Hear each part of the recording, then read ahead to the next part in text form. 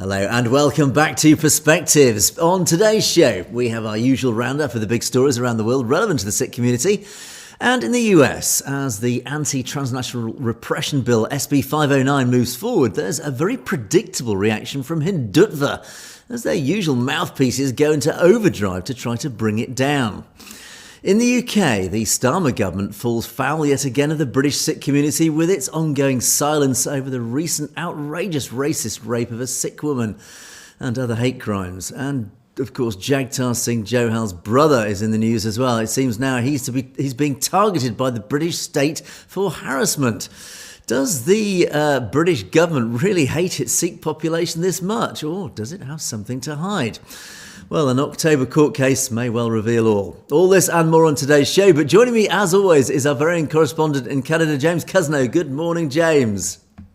Good morning, Angus, and good morning to our viewers out there. Thanks for tuning in. As you can see, I've been playing a bit with the studio, kind of going with the fall harvest theme, and thought I'd mix it up just a little bit and give you a bit more depth in the images here. But other than that, ladies and gentlemen, let us know what you think about Angus's beautiful new studio that he is spoiled but still figuring out, and my more simple thing here. But again, we are working our butts off to make sure that we improve the quality of the show for you, our viewers, and to make sure that we are listening to you. Make sure that you send your comments with suggestions or comments about what you see, kudos or whatever the case might be, folks.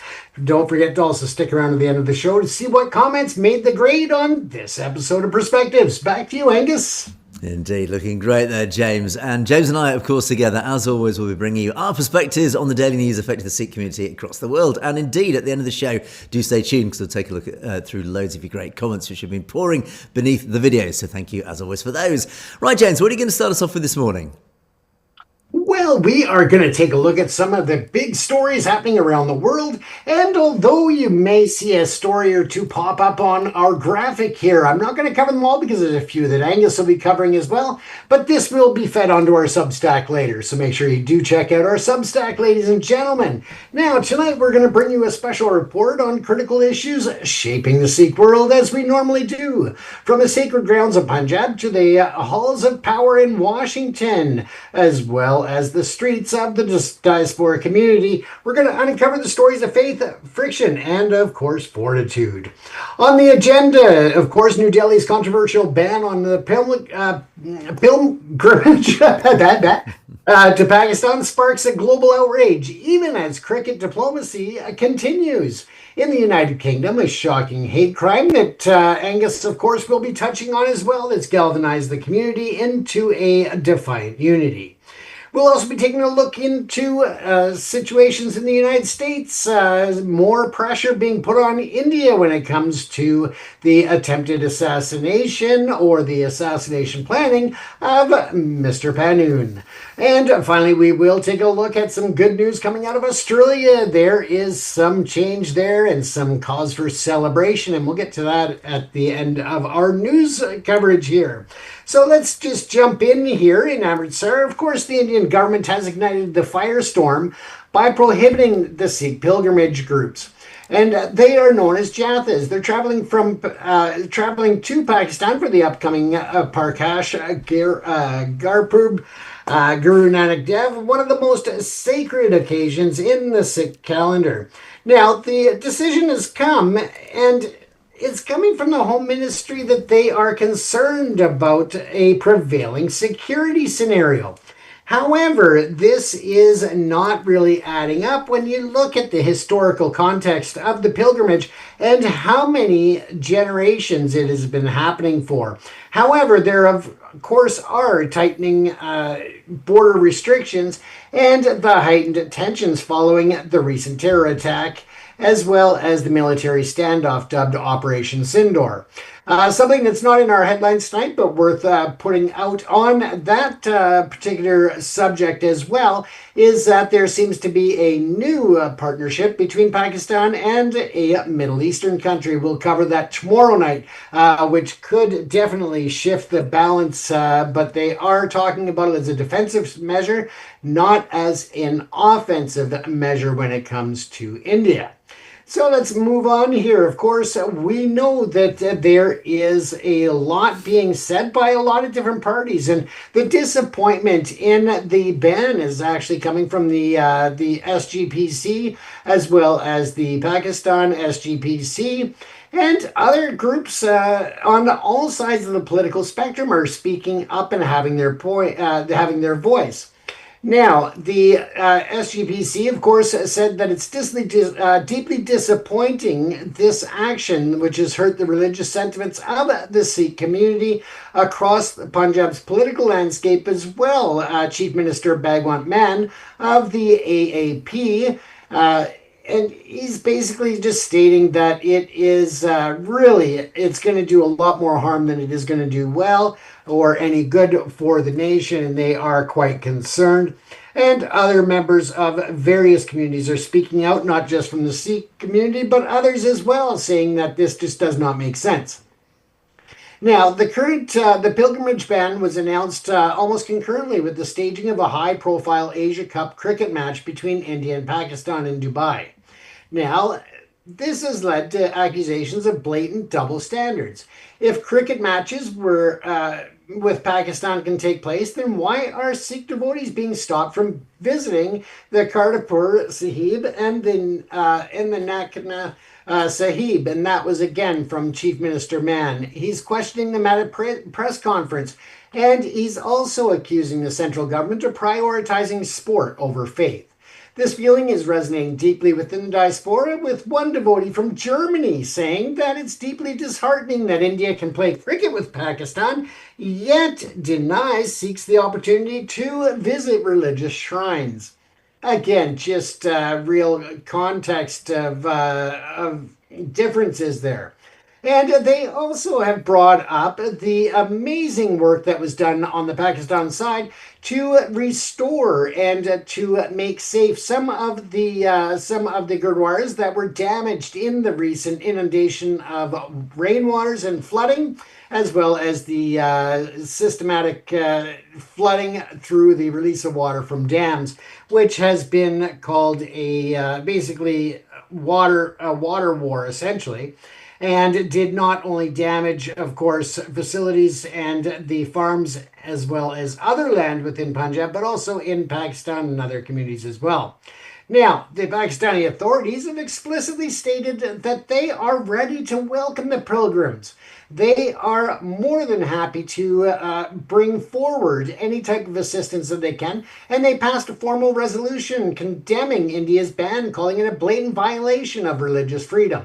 Pakistani officials have repeatedly assured that the doors of Pakistan are open for Indian Sikh pilgrims and that visa arrangements are in place. So why is the BJP so dead set in their denial of this right for the Sikh community? Again, I think that we can all use our imagination and come to some conclusions on that. And it doesn't take much to realize we all know what's going on, and it is again just the attack on the Sikh community and their rights from the BJP government, which is just sad as well. Now, in terms of the floods as well, there is, of course, a huge show of Punjab spirit of Chardi Kala, and that's fueling a grassroots recovery. Now, of course, we know that there is a lack of funding that's coming in from the federal government, or at least that is what one side of the argument is bringing up. And, of course, we also know that it's ravaged the state, destroying over 400,000 acres of paddy crops, which were nearing completion for the season to be harvested. Now, it's also killed over 1 million animals and displacing lakhs of people, many from the most marginalized communities. Once again, this is probably real input when it comes to Modi's evaluation of the situation and what he is willing to do financially to help the region recover. Now, in the face of this devastation, though, it should be mentioned that the extraordinary grassroots effort has emerged driven by the quintessential Punjab spirit of Chardi Kala. Yes, a state of eternal optimism and high spirits, something we know well through all of the different events that we've attended. Now, the community response was immediate and organic, evolving into sophisticated stages. Initially, volunteers organized langar, and that, of course, we know are community meals, and distributed fodder for stranded livestock. Now, this soon grew into Midi di Sava, and that's a service of the soil, as thousands of people, young and old, worked to fill sandbags and repair breached embankments. In a remarkable display of innovation, Pritpal Singh of Hanspal Traders in the region halted his company's production of railway parts to build and provide 100 boats at no cost so that they could reach people that heavy machinery could not get to. Of course, as all of these grassroots efforts gained momentum, the Akal Tact and the SGPC provided a strategic framework proposing a three-pronged mission of Safi Davai at Vahai, and I probably butchered that. My apologies. I'm trying to learn it.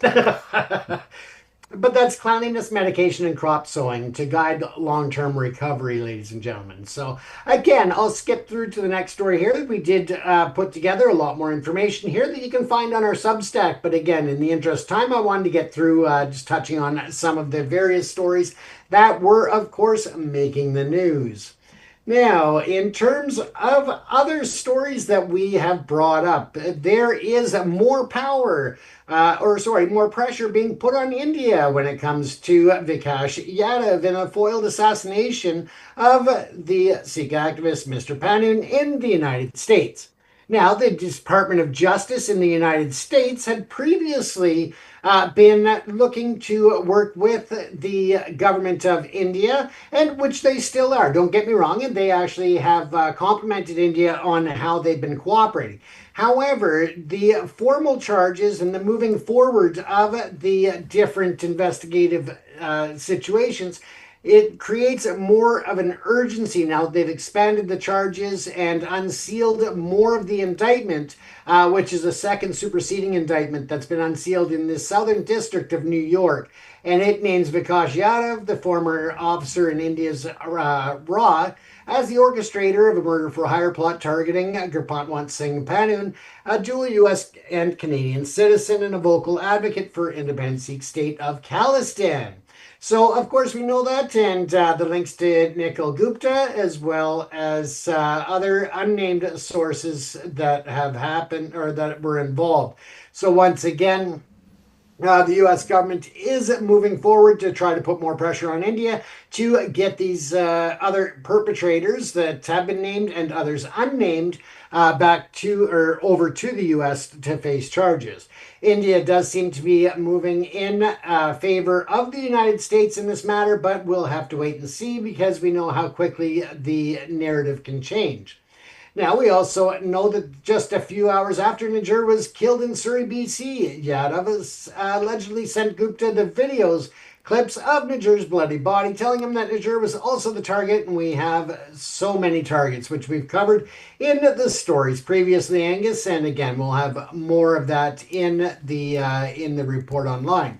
But the government's response has been forceful, and Attorney General Merrick B. Garland declared the Justice Department will be relentless in holding accountable any person, regardless of their position or proximity to power, anybody who seeks to harm or silence American citizens. So again, just more very forceful language, but at the same time, as I said, they are working diplomatically with the India government, but really upping the rhetoric to make sure that people understand, not just from India, but elsewhere in the world, that when it comes to transnational repression, the U.S. will pull out every tool in their toolbox to make sure that they protect citizens of the United States on American soil or elsewhere. And if you are hiding out in a foreign nation and you are a part of these activities, then they will be coming for you. So again, very positive that they are standing up and putting that forward in the global climate of everything going on with the U.S., tariffs and trade and all of that. It's good to see that they haven't lost focus on that. Now, the Canadian government, of course, in that regard, is walking a precarious tightrope and simultaneously acknowledging the presence of Khalistani extremist fundraising here in Canada, while also facing intense pressure from the Sikh community to protect them from the alleged foreign interference by the Indian state. It should be stated that although the new federal report, which is known as the 2025 Assessment of Money Laundering and Terrorist Financing Risks in Canada, they for the first time officially confirmed India's long-held concerns. Now, the report states that Khalistani extremist groups are operating and raising funds within Canada to support violent means to establish an independent state within Punjab in India. However, this is where I'm very concerned that people are not taking the time to understand the full, and I say the full story here because it is such a very small and remote group of people that are on the risk assessment as well as acting in any type of extremist levels. 99.9% of any of the Sikhs that are working towards the peaceful referendum for Khalistan are doing just that. They are peaceful. They are working towards a positive way to lead into the future, and they are not funding any violence. They are not funding any type of extremist activities. So again, I just want to make sure that that's said on our program, as I will be telling people that as well if I hear any of the crap that I hear when they try to isolate or to just put everybody together under one umbrella. And that's just not right, because the number of people we're talking about is so remote that are involved with the Babar Khalsa International and the International Sikh Youth Federation that have been labeled as concerns by the Canadian government. Now, of course, the official acknowledgement comes at a time of heightened activism that we're all aware of and anxiety here in Canada, as we have a huge, over 770,000 Sikhs in Canada, and that is the largest Sikh diaspora in the world. And I think those numbers may actually be even lower than what they, or I think the numbers are higher than what the statistics are here. Now, of course, that also constitutes the largest Sikh diaspora in the world. And as I said, that is such a massive, massive part of the population that wants a peaceful movement, whether it's for Khalistan or just living life every day without the threat of violence in any way, shape, or form, which also should include things such as the extortion situation that major announcements we covered last week are looking at to deal with. Now, the other thing is that recently activists staged the day-long siege protest outside the India consulate, and we spoke briefly about that last week. It did take place on the 2-year anniversary of former Prime Minister Justin Trudeau's bombshell statement linking Indian government agents to the assassination of Sikh leader Hardeep Singh Nijjar. Now, of course, protesters were led by individuals from Sikhs for Justice and other groups, and again, they are accusing the Indian consulates of continuing to operate covert surveillance and intimidation networks on Canadian soil. Now, Jag Sidhu, a member of a group called Team Nijjar, told reporters that activists are living in fear of threats and violence, unquote. And he called on the Canadian government to do more to protect its citizens. Now, the Sikh community is thus fighting a battle on two fronts. So, of course, on one side, a Canadian government report legitimizing a narrative of Sikh extremism, although, again, I want to reiterate how small that number of people are in comparison to the Sikh population in Canada. So, again, don't get them all mixed together and painted with the same brush, because that is just not fair, and it definitely is far from the truth. Now, of course, this label the Indian government has long sought to apply to a diaspora when there is activism. But again, on the other, the community is providing testimony to public inquiries and protesting in the streets, claiming to be the victims of transnational repression, including assassination plots orchestrated by India. And the evidence is pretty darn clear that that is the case. So, of course, this creates a paradox for Canadian authorities, who are now simultaneously identifying And acknowledging different challenges, but also different threats to our valued Sikh community across Canada. So there is a bit more to that, but I will just leave that story as to where it is because I want to make sure I get through these other stories, which is a huge one in New Jersey and Trenton, USA. A landmark victory has been won. Yes, it's inclusion and proactive community building in New Jersey, and particularly their Department of Education. They have officially integrated Sikh American history into the state's kindergarten to grade 12 social studies curriculum. The move is being hailed by the community as a long-term strategy to combat the ignorance and stereotypes that have fueled high rates of bullying against Sikh youth. Now, it should be noted that the initiative was driven by a pressing need. A 2024 study by the Sikh Coalition revealed that Sikh students experience bullying at a higher rate than they did just a decade ago. Since the 9/11 attacks, the turban, a sacred article of faith, has been often wrongly associated with terrorism, leading to harassment and discrimination. One student even shared the story of her father being called Osama bin Laden while he was in college, and it's just a painful example of the prejudice faced by the community. Now, this success represents a strategic shift from reactive defense to proactive education, and rather than only responding to individual hate crimes after they occur, the Sikh community in New Jersey is working hard to tackle the root cause, and we know that, of course, is ignorance. By embedding their history into the state's educational infrastructure, this is going to be going a long way. This was achieved through a sophisticated multi-year advocacy campaign led by organizations like the Sikh Youth Alliance. And of course, the group drafted and successfully lobbied for legislative resolutions in 2023 that urged the curriculum change. They then collaborated directly with the Department of Education to develop the instructional materials, which include historical overviews and guidance on Sikh beliefs and values. So again, congratulations. And the Sikh Youth Alliance actually is describing its approach with a motto that education is a vaccine to violence, rising hate, and polarization. So I think that sums it up beautifully. That through education comes more understanding, acceptance, and of course, friendship, I like to think.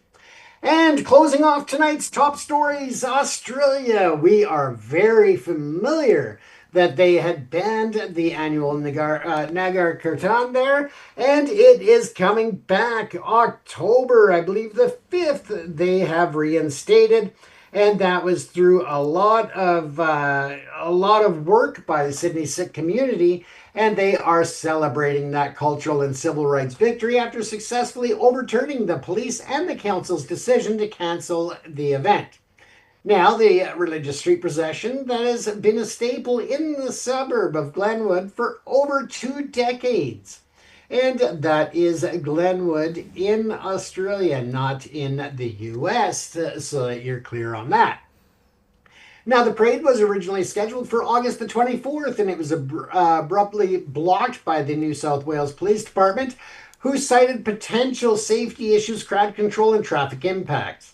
The Blacktown Council followed with a formal refusal, leaving the community blindsided and outraged. And we have covered this as it has been progressing, and now that it has found a resolution. Now, critically, the community rejected a compromise to move the event to a contained venue because historically, this event, to move it to somewhere that was closed in and sectioned off, that just really would have missed the point. And it's very traditional for the Nagar Kirtan to be held in residential areas, bringing faith and celebration into public square. Now, the fight for parade was therefore not just about logistics, it was about a fundamental battle over the right of the minority community to be visible and practice its faith publicly.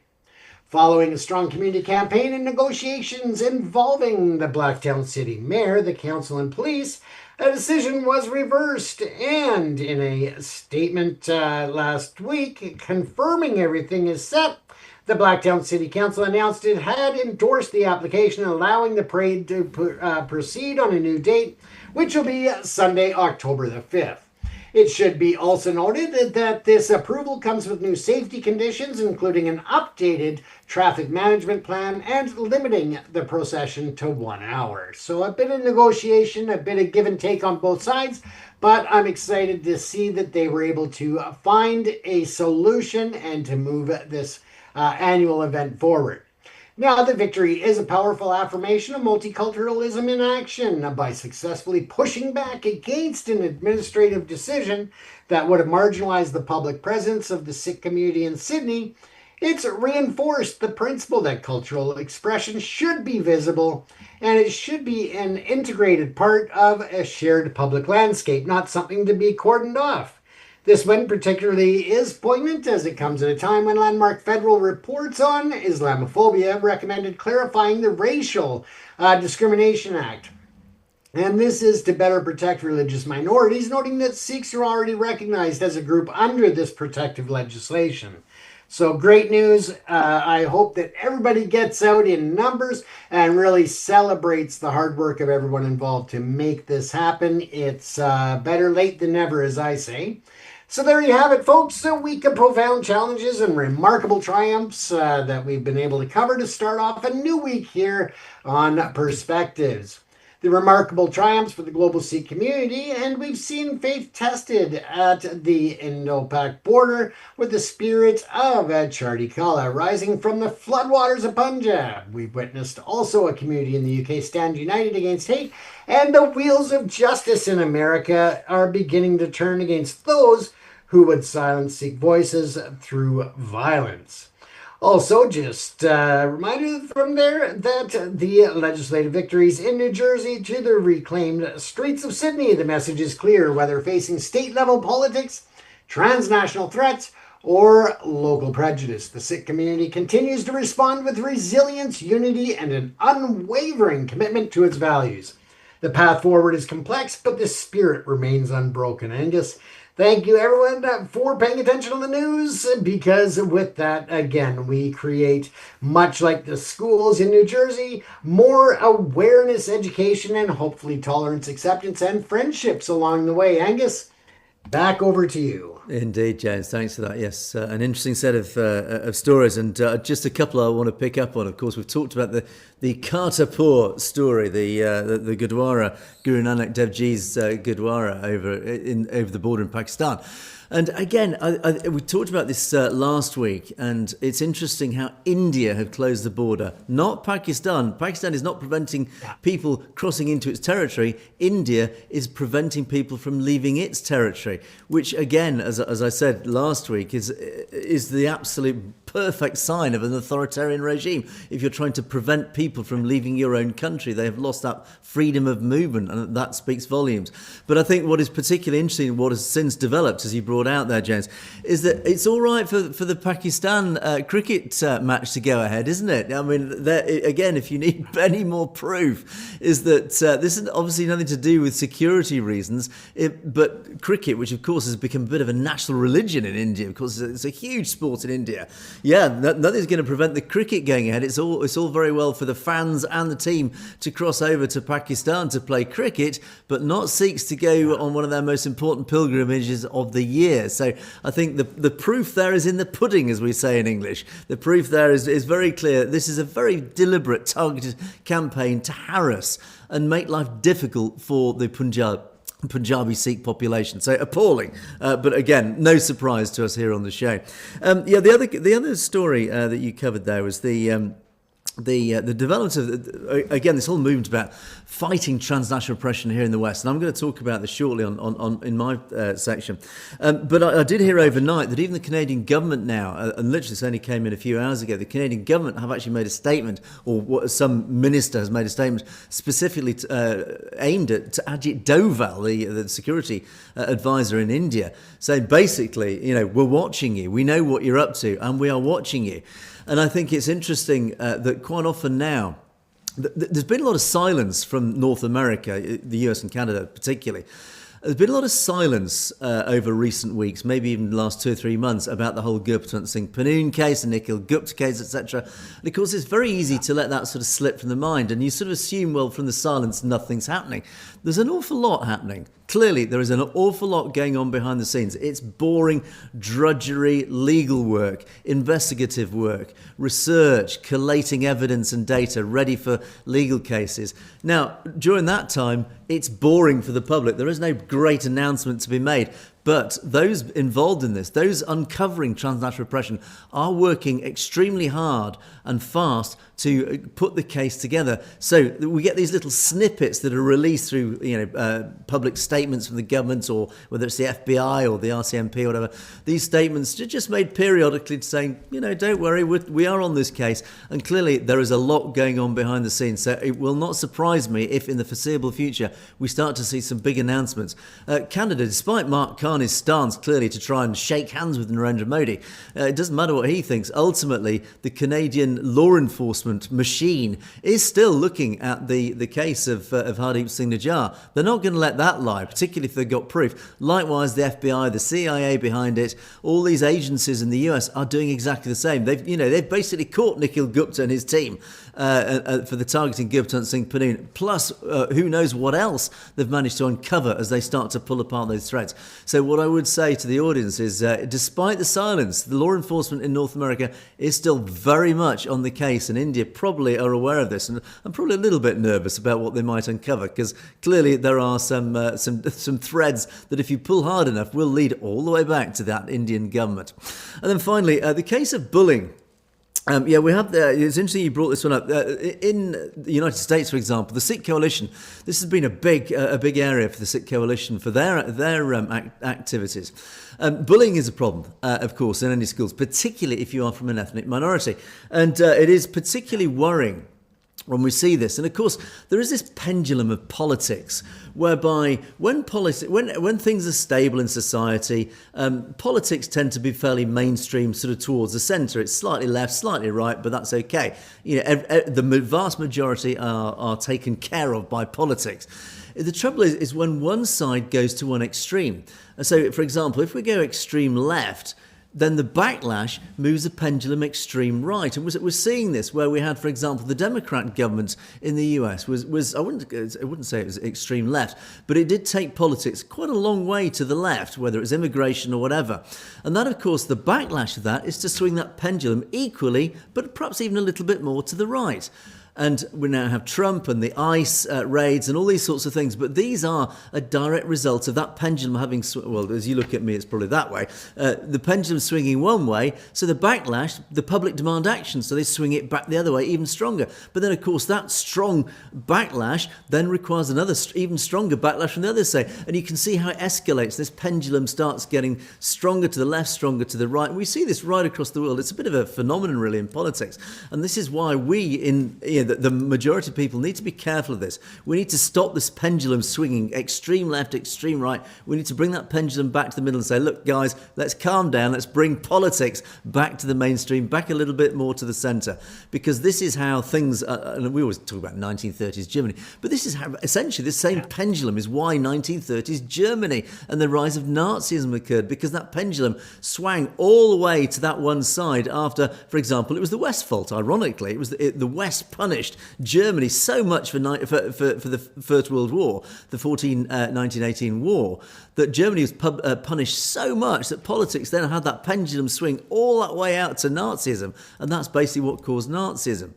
So again, we've got to be very careful. But as I say, but as a result of this pendulum swing, certainly in the present case, this swing to the right, it means that there are those idiots who are on the extreme right who are who are angry. They're angry and frustrated with things like immigration. So they turn on the easiest targets. The easiest targets, of course, are those wearing turbans. They're very visible communities, and of course they get wrapped up with they're the same as Muslims, aren't they? That's the sort of the typical mentality of the average racist idiot. And that is, of course, why Sikhs, and likewise post 9/11, the first victim sadly was a Sikh, and because he was mistaken for a Muslim, is that these idiots just can't distinguish. And this is where education comes in, and this is the good work of organisations like the Sikh Coalition, who are trying to educate the wider world, the wider society. Look, we are Sikhs. This is what we represent. We have the 5Ks. We wear the dastar, etc. We wear even the kirpan. How many kirpan stories have we had? So again, we have to sort of take our hats off to organisations like the Sikh Coalition, who are trying to get into schools to educate as part of that curriculum. Particularly, we've seen this across various states. I think it's up to 20 states in North America now, where the curriculum now does include a bit of an education about Sikhi, what it's all about.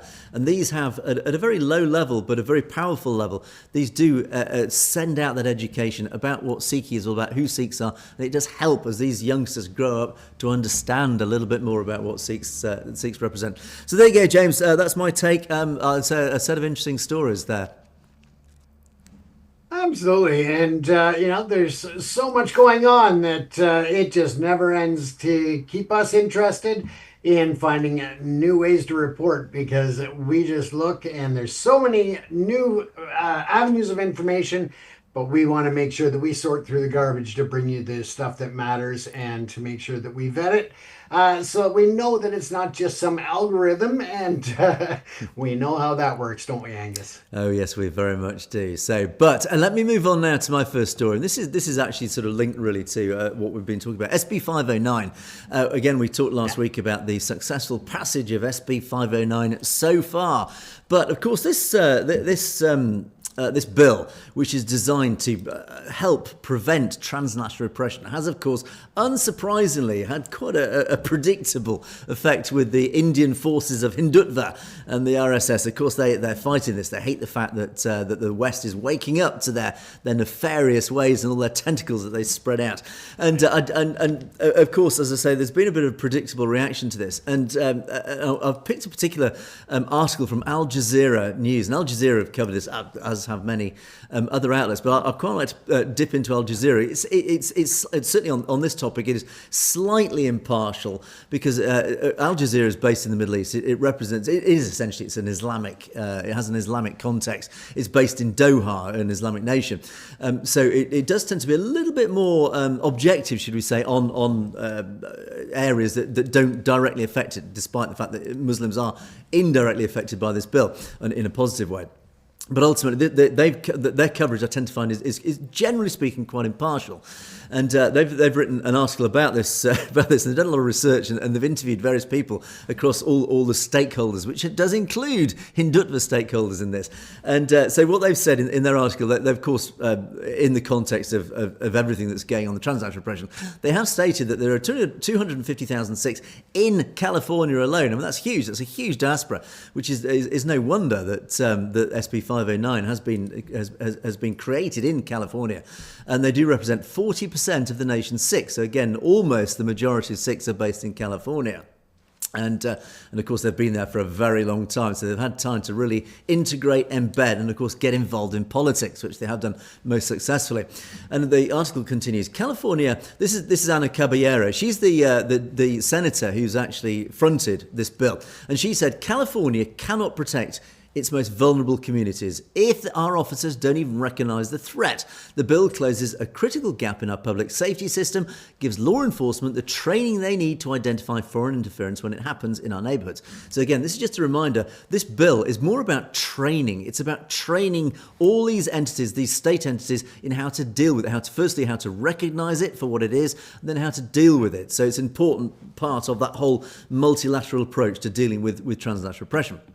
Now, here we go. It says, several influential American Sikh advocacy groups, Sikh American Legal Defense and Education Fund, the Sikh Coalition, the Jakara Movement, have backed the bill. And other groups outside the Sikh community have also backed the bill. Interestingly, this is an important one, Hindus for Human Rights. So even Hindus recognise this bill as being important.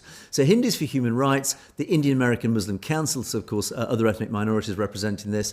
And interestingly, yes, the California Police Chiefs Association, but On the opposite side, those who have opposed this bill, and this is no surprise. You could almost write this without even reading this article, but it includes Hindu American groups, yeah, of course, like Hindu American Foundation, the HAF, who we talk regularly about. Of course, they are a Hindutva-fronted organisation.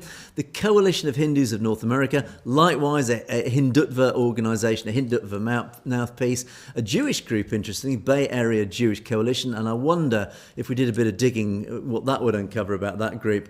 Now, interesting, also a Sikh group, the Khalsa Today. And again, the Khalsa Today, we have mentioned the Khalsa Today.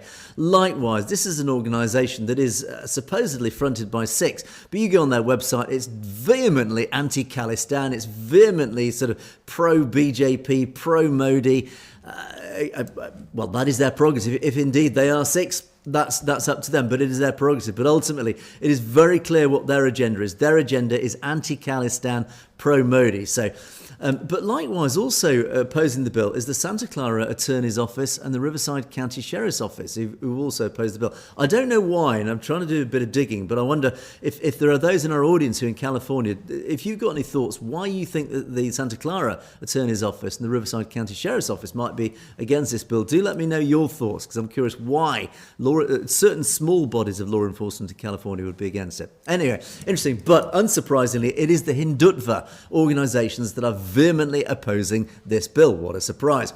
And they say that it risks targeting sections of the diaspora, such as Hindu Americans opposed to the Khalistan movement. And it could, as they say, end up deepening biases against India and Hindu Americans. Well, the answer to that is very simple, is that the reason this bill is there in the first place is because these people have been targeting the communities in California. This bill wouldn't need to be in place if this wasn't going on. So if you feel that this bill persecutes you, you should be looking at yourself saying, why do you think it's persecuting me? What have I been up to that means that I have a guilty conscience about this bill? The logic is very simple. So I would say that's almost a bit of a home goal in their statements. Again, just to highlight the point of this bill being impartial, it is not specifically directed at any one community. It's been very deliberately written not to target, for example, Hindus or Hindutva people. It's just meant to protect. It is a defensive measure. It is not an offensive bill to target or create prejudice against any one community.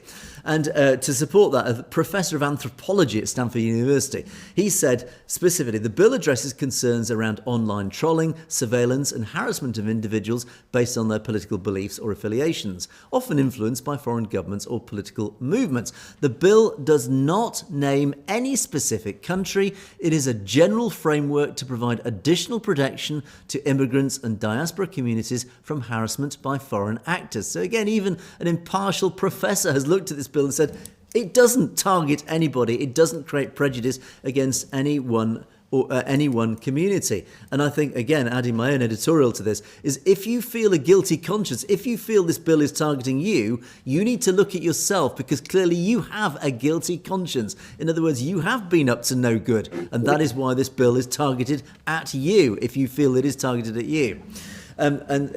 The article continues to say, some groups argue the bill is primarily meant to target India and Indian Americans, and especially to suppress opposition to the Khalistan movement.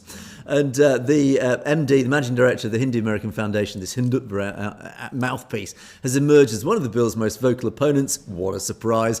And he says, I believe that they have not gone far enough in providing adequate guardrails and safeguards to ensure that law enforcement does not institutionalize biases against groups from specific countries of origin and or with certain viewpoints on geopolitical issues. Well, firstly, just see the points I've just made. If you've got a guilty conscience about this, then again, it implies that you have been up to no good. Secondly, contrast this with India, where absolutely what you've just said there pretty much writes verbatim what the Indian government have been up to against the minority communities. It's been weaponizing the law, lawfare as it's called.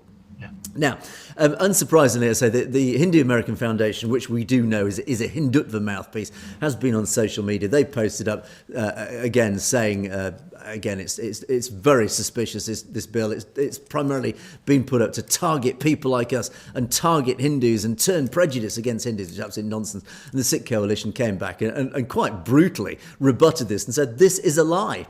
There's no ambiguity there. The SB 509 calls on the professionals at Cal OES to create an educational training for law enforcement about TNR. It does not name or single out any group or country for suspicion or otherwise, etc. And then they do talk at great length about it. But what they do say is this bill does still need support to make sure it does go through. And the Sikh Coalition does call for action. Email and call Governor Gavin Newsom. He's the governor who's going to sign this bill to ensure his signature is on this key bill. So please, if you're in California, get on to Governor Newsom and make sure your thoughts are heard there, James. Absolutely. And I mean, Governor Newsom has got his hands full with all kinds of battles going on right now in his world. But to see that he is still making this such a priority is very uplifting.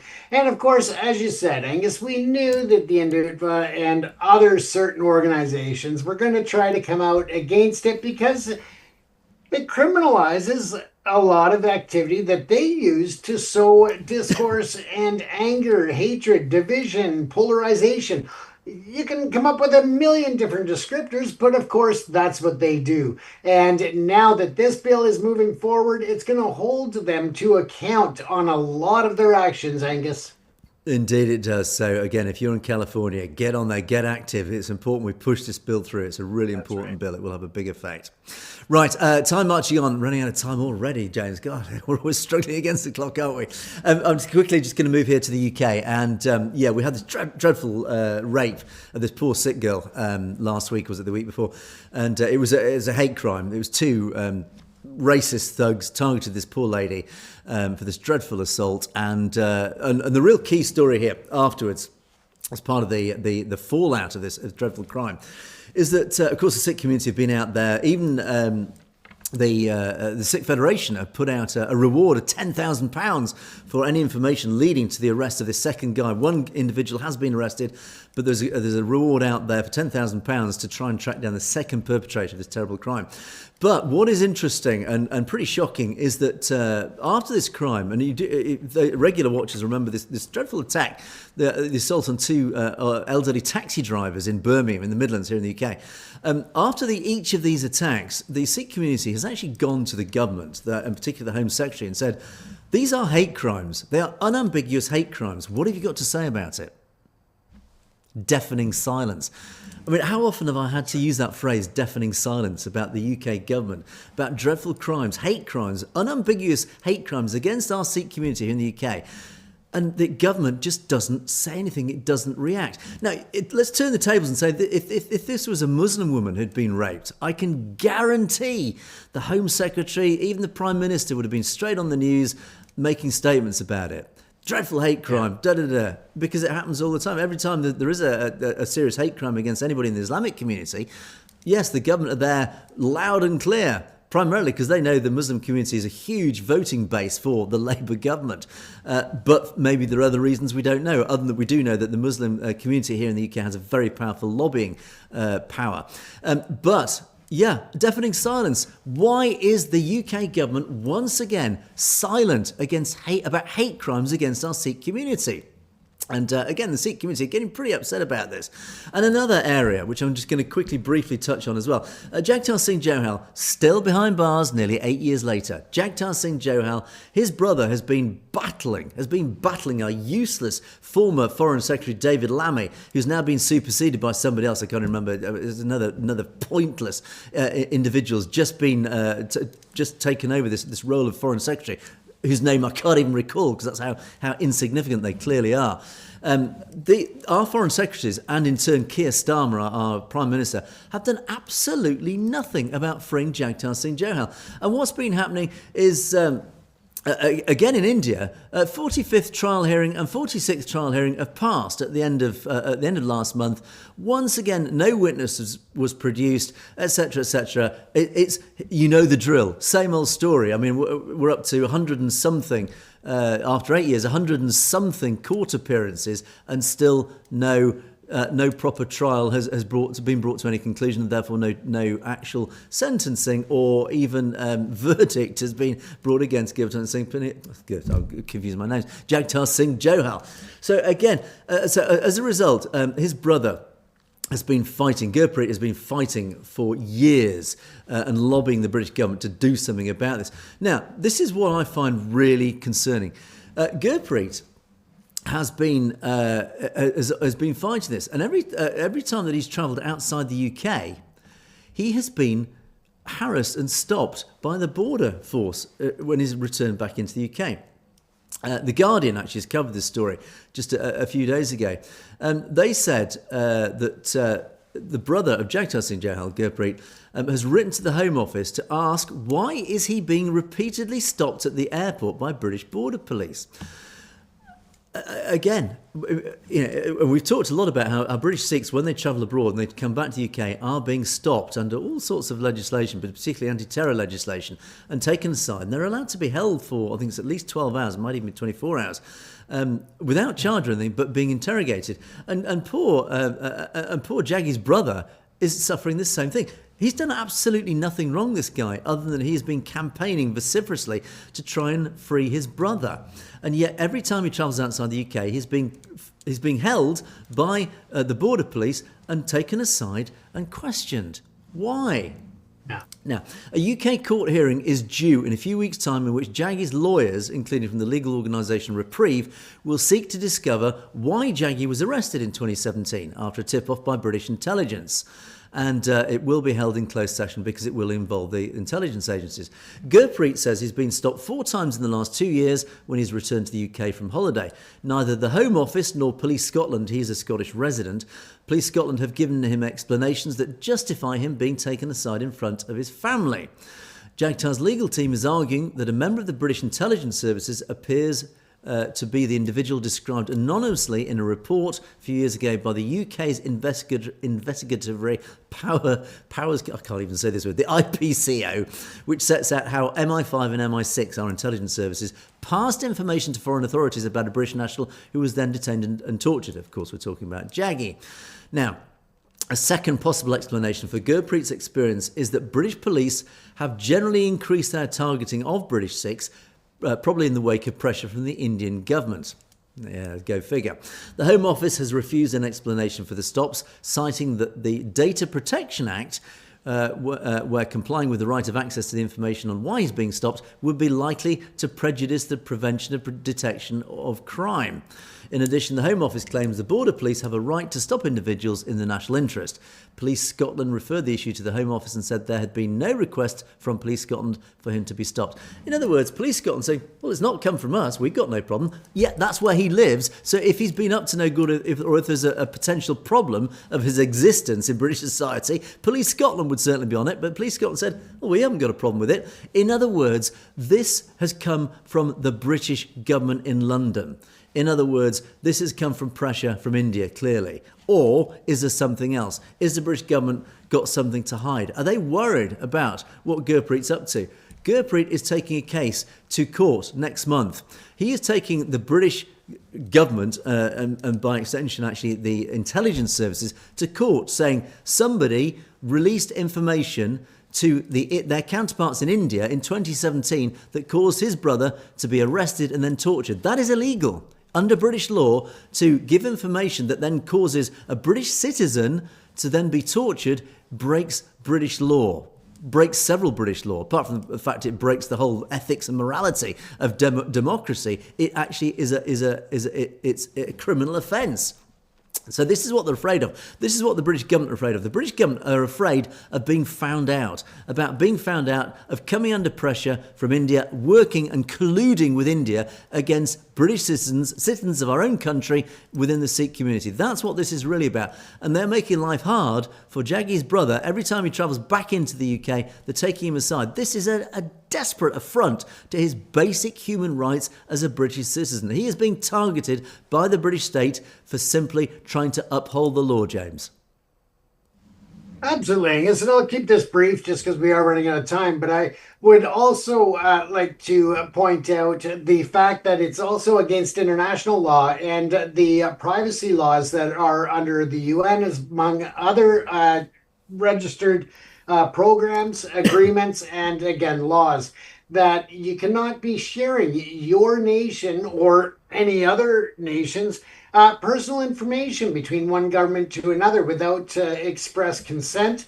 And when it comes to the protection of any said privacy that's being held by any government, again, there are laws, regulations, and agreements in place to protect that data. And it is clear as day that obviously somebody was not following the local, the national, or even international law when it comes to this regard, Angus. It is. It's absolutely appalling what's been happening to Gurpreet after so many years of his lobbying. He's gone to such efforts, really to his own detriment, on behalf of his brother, and the reactions of the British state are actually, I have to say, quite shameful. And it does, of course, imply something to hide. So, anyway, James, let's move on because we're running out of time. We've only got a few minutes to go through our comments. In fact, we've got about 1 minute to flash through these comments, so we'll have to be quick. Yes, we talked about the increasing hate crimes, these videos, misinformation, fake videos. SSI saying agrees that we had this it's supposedly some Muslims, and we believe actually it was a totally fake video, as SSI Singh believes. And Balbir Kaul joins in and said they sure are playing us against each other. We are being played. That is absolutely without doubt. It's Modi's plan. It is working. And then Amakara likewise says, look, this whole Unite the Kingdom march that we had a couple of weeks ago, a week and a half ago, it was a success. But despite the fact that various people were talking this from all sorts of ethnic communities, there's an awful lot of grey area, James. There is no clear, there is no clear argument here. Is that all our political organisations are being infiltrated from the left and from the right? These extremists are muddying the waters. It's very hard to be black and white about this. There's lots of shades of grey. Absolutely. It's something that we've covered many times, Angus. That is not only at the political level, but also within the religious organizations, within the diaspora communities, and within the educational institutions. We're seeing a lot of people infiltrating them, trying to hold themselves out to be something they're not in order to instill hate and division. And Hatby refers to that dreadful Oldbury rape, that poor lady, and draws a parallel to what's going on in India and how women in India are treated as second-class citizens. That's a story that we talk regularly about. And again, it's a shame of India, that whole situation. Stay safe. Talks about Gunter Fehlinger. Yes, indeed. So we're trying to get hold of Gunter Fehlinger. We will try and get him on the programme from an interview. And as you rightly say, stay safe. Yeah, he does have all sorts of ideas. And it's important. The only way Khalistan is going to happen is we've got to get more and more international politicians, leaders, national leaders in alignment with the whole concept, because we need international support to get Khalistan over the line. And talking of Khalistan, James, we have this one yet again. Shahzad Purisunil Lissaram, apologies for mispronouncing your name, but anyway, yes, Khalistan is made in Canada or USA, not India. And then you follow up that, and this is a bit of an argument, quite a long thread, and I've just cherry picked a few. And likewise, you follow up by saying, look, all the people in India don't accept Khalistan. I want back lost land of Pakistan immediately. And you talk about China, and China has indeed started to land grab parts of northeast and northwest India, and as Organic Soul says, well, look, the Prime Minister's doing absolutely nothing about it. Modi has let this happen. And then you've finally come up with China claims whole South Asia as one China, good luck. So basically what you're saying is really the thing to worry about in this whole region is China. China is ambitious, and what you're claiming is China just wants the whole of Asia, including India, James. And it's not something that's new to anybody when it comes to the geopolitical situation over there. And of course, that is why different governments want a foothold over there from the Western nations too, is to try to hold off China, not only from our doorsteps, but of course the doorsteps of India or Pakistan and so forth. Indeed, and I think this is an even greater argument for Khalistan, because the West needs a foothold in that region, because China is a threat. And if China has such ambitions as you claim, then yeah, we absolutely need Khalistan there to form a buttress, a democratic buttress, because India at the moment is failing miserably in its responsibilities. Yeah. Awesome, Stevie. Thank you for this comment. I haven't had time to research this, but thank you so much. We did talk about this incredible battle of Saragahi and the brave Sikhs, the 21 Sikhs who stood against up to 10 or 12,000 Pashtuns who were attacking their fort and gave their lives in the most incredible way. Thank you for pointing out yet another, the Bolawali encounter of 1991. I did briefly have a look at this. Wow, a great story. And yes, we will come back to that, and I will, hopefully we'll get time. I will try and cover that story because it is an incredible story. Thank you for pointing that out. And as I say to the audience, if you ever come across great stories worth talking about, do let us know in the comments or email us directly. And Paramjit Mangat says, thanks to us for our responsible reporting. A key word there, James, I wanted to pick out was responsible. We often say we bring out the truth, we do our best, but we do have a responsibility because what we say does have an impact, James. The key word there is responsible. This is what the Govt media really, I think, are absent in. Their responsibility, their accountability. It is important that when we talk about stories, that we do have a responsibility to get to the truth.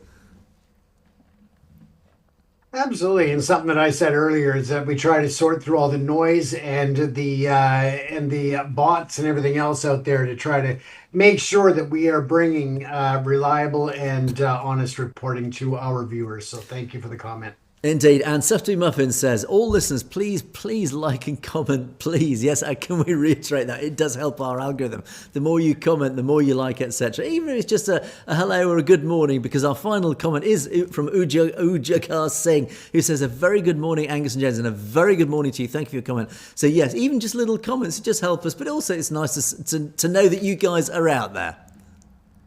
That's right. Indeed. Right. On that note, James, we are well over time. As always, we're going to have to bring the show to a close. And thank you to each and everyone in our audience who have contributed. Thanks so much for everything that you've done and all your comments that you've put beneath the videos. Do keep them coming. Do let us know your thoughts, your perspectives. Don't forget you can message us directly at message@satludgetv.com. But that is it for another day. Thanks so much for watching. It is a goodbye from me, and it is a goodbye from James. Stay safe, everyone. You have, of course, been watching Perspectives. We will see you next time.